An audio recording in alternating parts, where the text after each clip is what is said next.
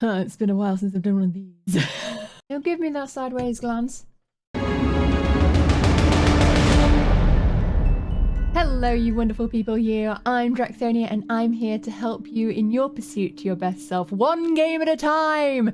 Today, I'm going to cover 5 reasons why you should be doing a session 0 with your D&D group. Let's get into it, shall we? Now, I know what you're going to say. Drac, I don't need to do a session 0. I know the people that I'm playing my game with. We're bestest buds. We've been to school together. We braid each other's hair on a weekend. But I'm telling you now, don't know those people as well as you think you do. Especially when it comes to playing D&D. For some reason, D&D seems to bring out the dark and gritty parts of every person and turns almost 80% of players into murder hobos. And if they're not murder hobos, likelihood is they're going to test your patience in some other way. So this is why you need to have a session 0. What's a session 0, you ask? Well, this is a session that you hold with your group prior to actually doing your campaign. Now, there are many forms this can take. You could just pop down to the pub with them. You can have it pre your first session. It can be whatever you need to set it up as, even if it's just a voice chat that you have prior to setting up your campaign. Now here I'm going to cover 5 things that I think are really essential for such a session, but the world is your oyster. There are so many things that you could cover in session 0 that it's very difficult to cover in this one single video alone. So, in my opinion, these are the 5 most essential parts of a session 0.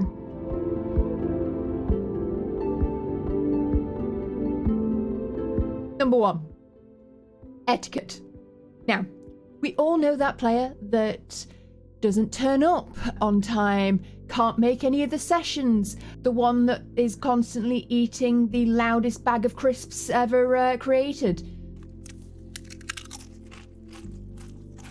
So it's really important to set some ground rules to start off with. For example, can players drink? Some people enjoy having a tipple with their D&D. Some people need it as a social lubricant. Who are we to judge?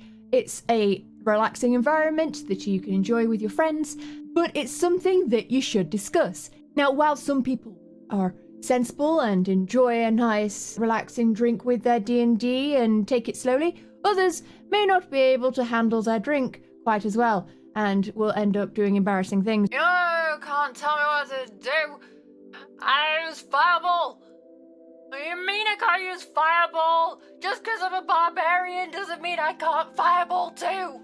It's entirely up to you how you deal with that and whether or not you allow it in your games. Same goes for snacks. Same goes for cell phones. Cell phones, they tend to interfere with concentration, and you kind of want your players to be paying attention to the game that they're playing in. Otherwise, they're going to miss stuff. I mean, it's easy enough for players to miss the really obvious clues that you drop as the DM of the big secret plot that you are trying to lure them to, but, you know, add cell phones in there and you're doomed. But also, cell phones do have a use.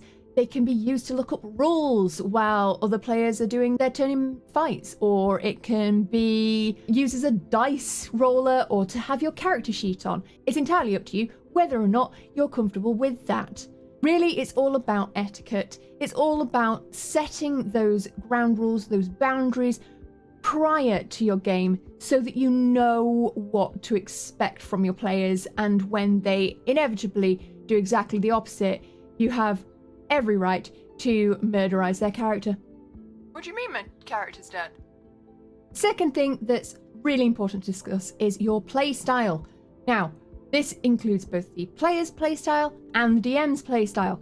Now, each DM is unique, like a delicate desert flower that blooms only once a year, and they have their specific needs and wants and wishes and dreams prior to the players crushing those. And the players are going to need to know what to expect. How are you planning on doing most of the rules that are a little bit wibbly wobbly in their interpretation? Are you following the general rule set, or are you making up your own?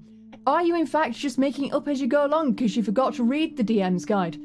Will you be the DM that leads your players down a linear path? Are you expecting them to roleplay all their actions, or are you expecting a mangled mess of out of character dialogue that eventually ends up in a very angry roll that no one really remembers what the point of it was? It's something that you need to define prior to your session so your players know what to expect from you. Same goes for your players. You need to find out who the murder hobos are before starting so that you can inevitably kill them off when they get too much for you. What do you mean you can't be mean to players?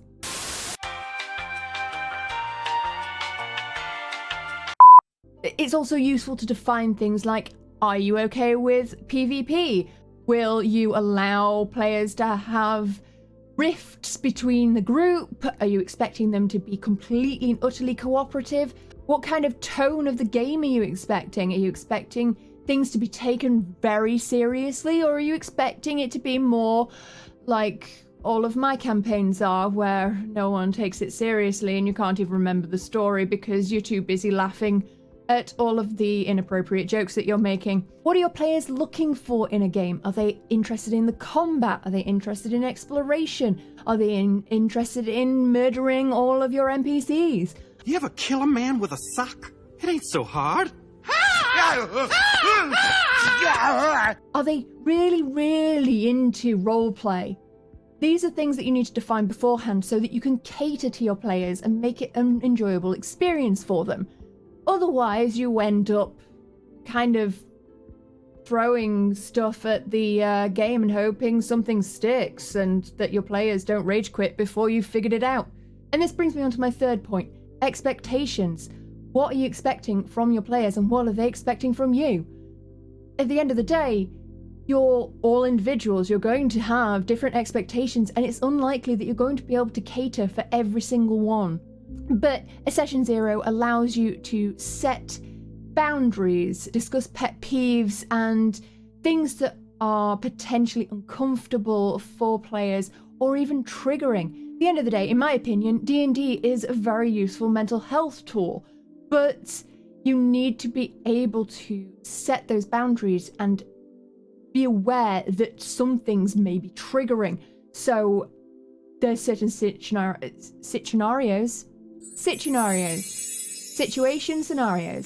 There are certain situations that may be unpleasant for you to DM and for players to experience.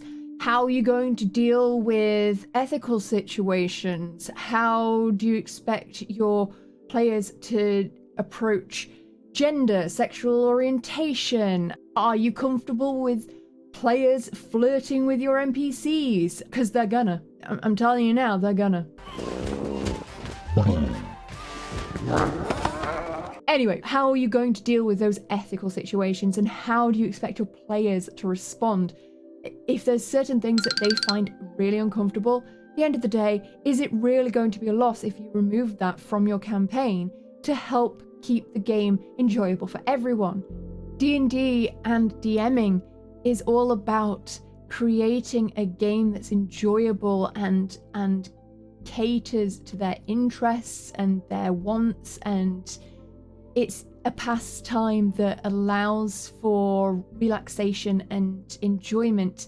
And if you're not providing that by putting in situations constantly that push your players' boundaries, then they're not going to want to come back. They're not going to want to continue, and that's going to be unfortunate for everyone. Next, there's the rules. Session 0 is a good time to go over intricacies with the rule sets.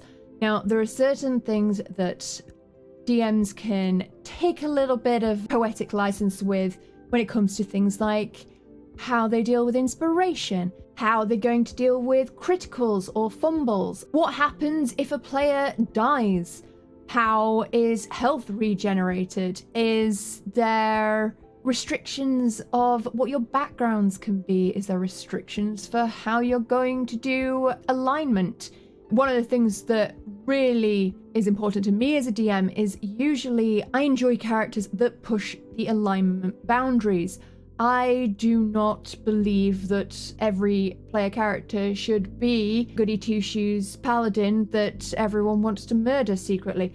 But other DMs are different. It's important to define how you will enact these things, such as alignment. How are you going to change things if a character does something that isn't within their alignment? Are you going to use encumbrance? There's so many things that you can tweak and edit, and there's things that really it's up to you as a DM as to whether or not you use them.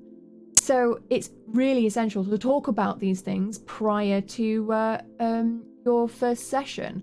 Similarly, for players, it's important for you to ask questions about things that you think that you're going to come up against and have issues with. Maybe clarification of rules is needed. Maybe you haven't quite read the rules as in depth as your DM wanted you to, and maybe you tried to stay up late last night cramming in prep for session 0 and then completely forgot it all and really still do not understand how evasion works. But, you know, this is what session 0 is for. It doesn't interrupt your first actual campaign session, and it's an open space for you to get to know each other and understand the dynamic of the group. This also leads into my last point of going over the campaign framework itself. I would assume that before session 0, you've probably already established things like what edition of D&D you're going to be using, whether or not you're going to be using a laid out campaign or whether or not it's going to be a homebrew. But this is also a good time to establish things like railroading and linear gameplay, or whether or not it's including magic, or how players roll for magic, whether or not rolls are something that you have to prompt them to, or whether or not they can roll and then tell you what's going to happen, because that does happen a lot. There's also things like leveling. How are you going to do leveling? Are you going to keep track of all of that XP? Are they going to keep track of all that XP? Are you just going to randomly level whenever you feel like it?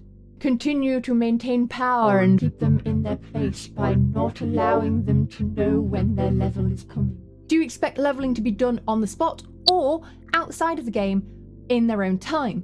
These are important things to establish if you're wanting to make sure that your first campaign session is really good and you're off to a running start.